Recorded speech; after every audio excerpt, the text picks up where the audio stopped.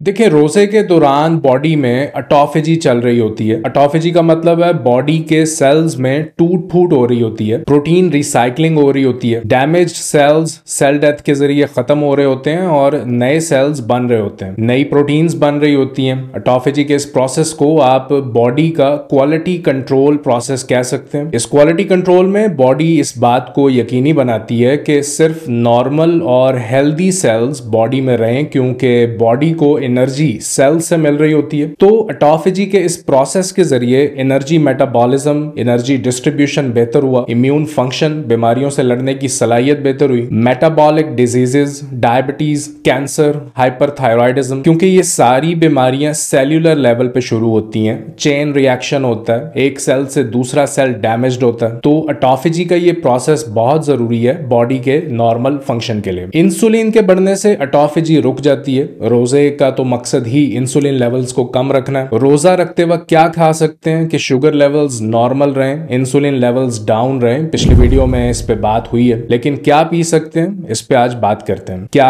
दूध पीना चाहिए? क्या कॉफी पी सकते हैं? पानी पिए तो कितना पिए? डाइट सोडा, ग्रीन टी, चाय। यहाँ इंटरमिटेंट फास्टिंग को भी इसमें शामिल कर लें, क्योंकि इंटरमिटेंट फास्टिंग में भी आपको इन्हीं बातों का ख्याल रखना है। इस लिस्ट में नंबर 1 पे है पानी। यहाँ 2 किस्म के पानी है, एक अच्छा पानी और एक बुरा पानी। नॉर्मल टैप वाटर, नलके का पानी केमिकल्स से भरा होता है, जिसमें lead, arsenic, chlorine, fluoride, plastics, hormones, ये सब शामिल होते हैं। तो अगर आप वाटर फिल्टर का इस्तेमाल नहीं करते तो जरूर करें। देखें, वाटर फिल्टर सस्ता भी हो तो ना होने से बेहतर है। और अभी उन केमिकल्स का जिक्र यहाँ नहीं हुआ जो पानी में जरासीम मारने के लिए इस्तेमाल किए जाते हैं। पीने के पानी में फ्लोराइड का होना थायराइड के मसाइल से जुड़ा। नहाने के पानी में मौजूद फ्लोराइड बॉडी रैशेज और हेयर लॉस की वजह बनता है। उसके बाद कार्बोनेटेड वाटर। देखें, सादा पानी पीना एक मुश्किल काम है, ये बात समझ में आती है। 1 दिन 2 दिन कर लेंगे, उसके बाद मोटिवेशन खत्म हो जाती है। तो उसके लिए कार्बोनेटेड वाटर, जिसमें आप घर में एक मशीन से CO2 पीने के पानी में शामिल करते हैं। स्वीट एंड फ्लेवर के लिए इसमें आप स्टीविया का इस्तेमाल कर सकते हैं। नेचुरल स्वीटनर, प्लांट बेस्ड है अगर आप करना चाहते हैं, मैं नहीं करता हूं। मिंट मार्गरीटा समेत बहुत सी दूसरी अच्छी रेसिपीज बना सकते हैं। Low in calories, less in sugar, और आपकी कोल्ड ड्रिंक्स का बेहतरीन नेमुल बदल। कार्बोनेटेड वाटर आपके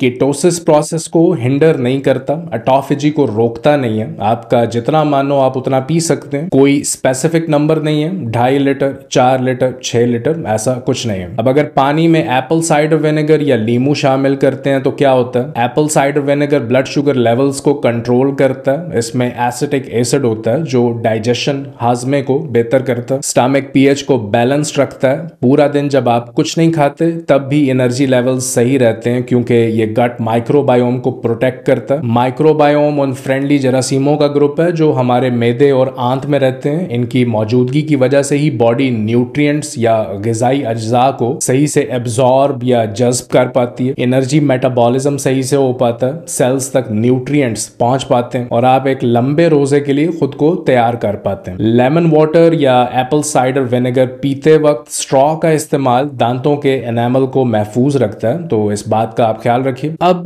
स्पेसिफिकली लीमू पानी की बात करते हैं। लीमू के रस में मौजूद सिट्रेट्स ऑक्सलेट स्टोन्स को रोकने में मदद करते हैं। गुर्दे की पथरी का खतरा कम हो जाता है, विटामिन सी मिलता है, ऑटोफेजी प्रोसेस में हेल्प करता है, ऑक्सीडेटिव स्ट्रेस यानी बॉडी में जमा होने वाले जहरीले मादों के असरात से बचाता है, डाइजेशन को बेहतर करता है, लिवर और गॉल ब्लैडर फंक्शन को इंप्रूव करता है। उसके बाद है डाइट सोडा। डाइट सोडा की बात करें तो इससे बेहतर ऑप्शन है कार्बोनेटेड वाटर, जिसका ऊपर जिक्र हुआ। स्पार्कलिंग वाटर अगर आप मार्केट से लेना चाहें, कोशिश करें कि आर्टिफिशियल स्वीटनर्स जैसा कि एस्पर्टेम या एक्चुअल शुगर इसमें मौजूद ना हो, कि ये इंसुलिन स्पाइक की वजह बनेगी, ऑटोफेजी को रोकेगी, वजन बढ़ने की वजह बनती है। अब हम कॉफी पे आते हैं। अगर आप सिर्फ ब्लैक कॉफी पी रहे हैं तो आप ये पी सकते हैं। मैं सिर्फ कैफीन का जिक्र करना चाहूंगा कि ज्यादा कैफीन आपके स्लीप साइकिल को मुतासिर करती है, कॉर्टिसोल या स्ट्रेस हार्मोन बढ़ने की वजह बनती है, और इन दोनों केसेस में वजन बढ़ेगा ना कि कम होगा। जबकि फास्टिंग के जरिए आपको वजन कम करना। ऑर्गेनिक कॉफी ढूंढने की कोशिश करें, महंगी मिलेगी लेकिन मिल जाएगी। कॉफी दिन में 1 कप से ज्यादा ना पिएं। ऑर्गेनिक इसलिए कि कीड़े मार दवाई का इस्तेमाल जिन फसलों पे ज्यादा किया जाता है उनमें सरे फहरिस्त कॉफी बीन्स हैं, तो ये सारे केमिकल स्प्रेज बॉडी का सत्यानाश करते हैं। अब हम आते हैं बुलेट प्रूफ कॉफी पे। ये बुलेट प्रूफ कॉफी है क्या? बुलेट प्रूफ कॉफी में बटर या MCT ऑयल डाला जाता है। ये कीटोन्स का डायरेक्ट सोर्स है। डायरेक्ट फैट और अच्छा फैट लेने से आप देर तक फुल रहते हैं। रोजे की हालत में दिन भर के कामों में मुश्किल नहीं होती। कॉग्निटिव फंक्शन, सोचने समझने और फैसला करने की सलाहियत सही रहती है, क्योंकि ब्रेन रोजे की हालत में ग्लूकोज लेवल्स के कम हो जाने पे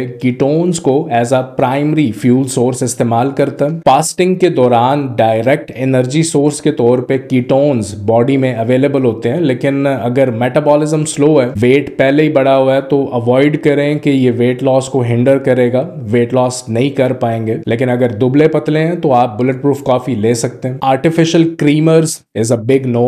केमिकल्स और शुगर से भरपूर होते हैं। बेस्ट ऑप्शन है बटर या full cream, but again take care of your caffeine and calories intake. अब बात करते हैं दूध की। देखें, दूध के एक कप में 12 ग्राम कार्ब्स होते हैं। कार्बोहाइड्रेट्स एक दिन में 30 मैक्सिमम 40 ग्राम से ज्यादा नहीं लेने चाहिए। अगर बॉडी को आप कीटोसिस में ले जाना चाह रहे हैं और दूध में फाइबर भी नहीं होता, तो ये सिंपल कार्ब्स हैं, ना कि कॉम्प्लेक्स कार्ब्स। हमें कॉम्प्लेक्स कार्ब्स की जरूरत है। हाँ, आप मक्खन खा सकते हैं कि ये प्योर फैट है। देसी घी ले सकते हैं। अब आते हैं चाय पे। ग्रीन टी बहुत अच्छी है, ऑटोफेजी को प्रमोट करती है, एंटीऑक्सीडेटिव प्रॉपर्टीज रखती है। टी बैग्स का इस्तेमाल ना करें, क्योंकि टी बैग पेपर की वाइटनिंग के लिए ब्लीचिंग एजेंट्स का इस्तेमाल किया जाता है। उसके बाद ऑर्गेनिक टी ढूंढने की कोशिश करें। कम से कम पेस्टिसाइड्स होंगे। कैफीन पे नजर रखें। अगर कैफीन सेंसिटिव है तो नींद मुतासिर हो सकती है। ज्यादा ना पिएं। कोशिश करें किसी हर्बल टी के इस्तेमाल की आदत डालें। हमारी रोजमर्रा इस्तेमाल की चाय पे पिछली वीडियो में तफसील से बात हो चुकी है। लास्ट में इलेक्ट्रोलाइट्स। रोजे में खास ख्याल रखें, बॉडी के सेल्स को